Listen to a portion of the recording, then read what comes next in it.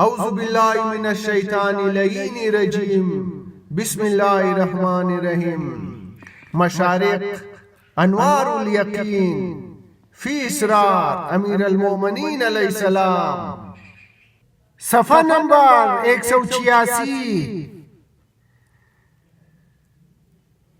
امام علی علیہ السلام کی معرفت نبی صلی اللہ علیہ وآلہ وسلم کے سوا کسی کو نہیں۔ لوگ امام علی علیہ السلام کو کیسے سمجھ سکتے ہیں؟ یہ دروازہ تو نبی صلی اللہ علیہ وآلہ وسلم نے بند کر دیا ہے اپنے اس قول سے کہ تجھے صرف اللہ جانتا ہے یا میں، اور مجھے صرف اللہ جانتا ہے یا تو، اور اللہ کو صرف میں جانتا ہوں یا تو۔ یہ حدیث صحیح ہے، اور اس کو صحیح ماننے کے باوجود لوگ دعویٰ کرتے ہیں کہ انہیں اللہ اور رسول صلی اللہ علیہ وآلہ وسلم کی معرفت ہے۔ حدیث کا سچا ہونا ان کے دعوے کی تکذیب کرتا ہے، اور اگر ان کا دعویٰ سچا مانا جائے تو اس سے حدیث کا جھوٹا ہونا لازم آئے گا۔ ظاہر ہے حدیث سچی ہے، دعویٰ جھوٹا ہے۔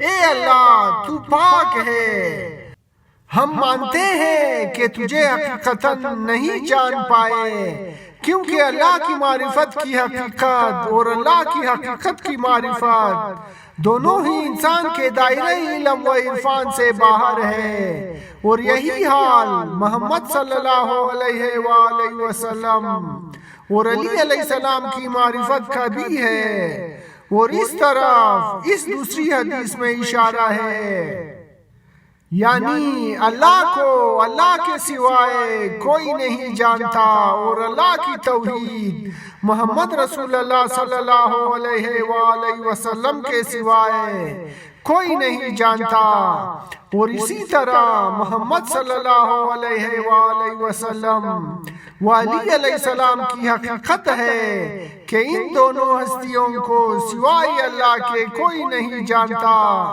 اور بہت کم ہے اولیاء جن کو ایمان کے 10ویں درجے تک رسائی ہوئی ہے۔ اس بات کی سچائی پر ایک واقعہ کتاب البصائر میں ہے کہ ایک دن عمر مسجد نبوی میں آنے کے لیے گھر سے نکلا تو حضرت ابو ذر غفاری سے ملاقات ہو گئی۔ ان سے پوچھا کہ مسجد میں رسول صلی اللہ علیہ وآلہ وسلم ہے؟ بولے ہاں ہے۔ عمر نے کہا کہ رسول صلی اللہ علیہ وآلہ وسلم کے ساتھ کون کون ہے؟ ابو ذر نے کہا ایک آدمی اور ہے جن کو میں نہیں پہچانتا۔ جب عمر مسجد میں آیا اور رسول اللہ صلی اللہ علیہ وآلہ وسلم کے پاس امیر المومنین علیہ السلام کو دیکھا تو بولا، اے اللہ کے رسول صلی اللہ علیہ وآلہ وسلم، آپ صلی اللہ علیہ وآلہ وسلم ہی نے فرمایا ہے کہ ابو ذر لوگوں میں سب سے زیادہ سچا لب و لہجہ رکھتا ہے۔ رسول صلی اللہ علیہ وآلہ وسلم نے فرمایا ہاں ایسا ہی ہے۔ عمر نے کہا کہ میں نے پوچھا کہ مسجد میں کون کون ہے؟ تو ابو ذر نے کہا رسول صلی اللہ علیہ وآلہ وسلم کے ساتھ ایک شخصیت ہے جسے میں نہیں پہچانتا۔ کیا ابو ذر علی علیہ السلام کو نہیں پہچانتے؟ رسول صلی اللہ علیہ وآلہ وسلم نے فرمایا کہ ابو ذر نے سچ کہا۔ اس مرد عالی قدر کو اللہ اور اس کے رسول صلی اللہ علیہ وآلہ وسلم کے علاوہ کوئی نہیں پہچانتا۔ اور اس بیان کی طرف رسول اللہ صلی اللہ علیہ وآلہ وسلم نے اشارہ کیا ہے اور سمجھانے کی کوشش کی ہے کہ محمد صلی اللہ علیہ وآلہ وسلم و امام علی علیہ السلام کی معرفت ایسی ہے جیسے کہ خود اللہ کی معرفت کا معاملہ ہے، یعنی یہ دونوں معرفتیں ممکن نہیں ہے انسان کے لیے۔ اس کی مثال قرآن نے موسیٰ علیہ السلام کے قصے میں دی ہے، جیسا کہ فرماتا ہے بسم اللہ الرحمن الرحیم، تو مجھے ہرگز نہ دیکھے گا لیکن تو پہاڑ کی طرف نظر کر، پس اگر یہ اپنی جگہ پر ٹھہرا رہا تو مجھے عنقریب دیکھ لے گا۔ سورہ اعراف آیت نمبر 143۔ اللہ نے پہاڑ کے دیدار کو اپنی جگہ پر قیام کے ساتھ مشروط کر دیا ہے۔ تجلی الہی کی صورت میں پہاڑ کا مستقر رہنا محال ہے، لہذا اللہ کو آنکھوں کے عدسوں سے دیکھنا بھی محال ہے۔ اللہ نے ایک محال کو دوسرے محال سے مشروط کر دیا ہے، پہلا بھی محال ہے اور دوسرا بھی محال ہے، لہذا اے بیمار، شک کے دوا تیرا مرض بڑھاتی ہے۔ ہم شک دور کرنے کے لیے واضح دلیل دیتے ہیں تو تیرا شک اور بڑھ جاتا ہے، گمراہی میں چند قدم اور آگے چلا جاتا ہے۔ ہم سمجھتے تھے کہ رات کی تاریکی ٹھنڈک تجھے مضر ہے، مگر جیسے ہی نسیمی صبا چلی تیرا زکام بڑھ گیا۔ یہ کیا ہے؟ حق سے دور ہونا اور عین الیقین میں شک ہونا۔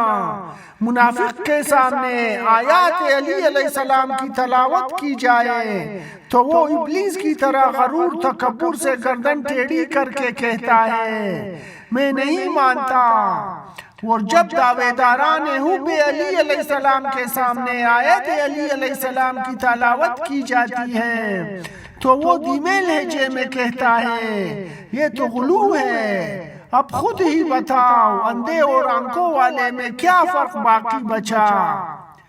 اس قول میرے اور تیرے سوائے کوئی اللہ کو نہیں جانتا کا ایک اور معنی یہ ہے کہ معراج میں رسول اللہ صلی اللہ علیہ وآلہ وسلم نے جو کچھ قاب قوسین پر جا کر دیکھا وہ سب کچھ امیر المومنین علیہ السلام نے زمین سے دیکھا۔ اس لیے رسول اللہ صلی اللہ علیہ وآلہ وسلم نے فرمایا جو کچھ میں دیکھتا اور سنتا ہوں تم بھی دیکھتے ہو اور سنتے ہو، لہٰذا تمام مخلوقات میں جس طرح محمد صلی اللہ علیہ وآلہ وسلم اور علی علیہ السلام نے اللہ کی معرفت حاصل کی ہے کوئی نہیں کر سکتا، اور اسی طرح محمد صلی اللہ علیہ وآلہ وسلم و علی علیہ السلام کی معرفت کوئی نہیں کر سکتا سوائے اس خدا کے جس نے انہیں خلق کیا تھا اور اپنی ذات کے بعد ان کا مقام مقرر کیا تھا، جو کہ تمام مخلوقات کے مقام پر فوقیت رکھتا ہے۔ اور کون ہے جو درختوں کے پتے، بارش کے قطرے، صحرا کے ذرات اور سمندر کے قطرے گن سکے؟ ایک اور معنی اس کا یہ ہے اللہ اور محمد صلی اللہ علیہ وآلہ وسلم اور علی علیہ السلام کے درمیان کوئی اور مخلوق واسطہ و معرفت نہیں، بلکہ ان کی معرفت الہی بلا واسطہ ہے، جیسا کہ وارد ہوا ہے کہ ہم سب مخلوقات سے پہلے ہیں، ہم اصل حقیقت ہے، ہم اپنے مقام پر آنے والے ہیں، ہم بندوں کے آقا اور حق کے بندے ہیں۔